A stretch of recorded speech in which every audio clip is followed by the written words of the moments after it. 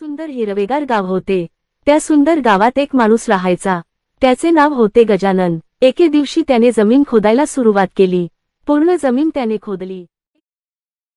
त्यावेळी एक विचित्र घटना घडली. खोदलेल्या जमिनीतून प्रचंड वेगाने वारा आला. ते वादळ होते. पुढच्याच क्षणाला जमिनीला एक मोठा खड्डा पडला.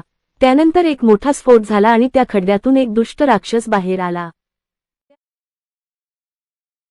तो दुष्ट राक्षस प्रचंड शक्तिशाली होता. त्याचे एकमेव उद्देश होते ते म्हणजे गावात विनाश पसरविणे. त्या राक्षसाने निर्दयीपणे पूर्ण गावात विनाश पसरवला. सगळीकडे आग लागली. गावात लागलेल्या या आगीमुळे सर्व गावकरी त्रस्त झाले. अखेर त्यांनी हिंदू रिव्हेंजर्स यांच्याकडे सहायता मागितली. हिंदू रिव्हेंजर्स ही हिंदू योद्ध्यांची एक गुप्त संघटना आहे. हिंदू रिव्हेंजर्स नेहमीच सामान्य लोकांची सहायता करतात आणि दुष्ट राक्षसांचा नायनाट करतात. आणि मग हिंदू रिव्हेंजर्स यांची टीम तयार झाली गावावर हल्ला केलेल्या त्या राक्षसाशी लढण्यासाठी. सर्व हिंदू रिव्हेंजर्स म्हणजेच गीता, नारायण, विनायक, विश्वनाथ आणि तुलसी यांनी त्यांच्या हातात परमशक्तिशाली ॲडव्हान्स मशीन गन्स घेतल्या आणि राक्षसावर हल्ला करून राक्षसाचा पराभव केला. अशा प्रकारे हिंदू रिव्हेंजर्स यांनी गावकऱ्यांचे आणि त्यांच्या गावाचे रक्षण केले.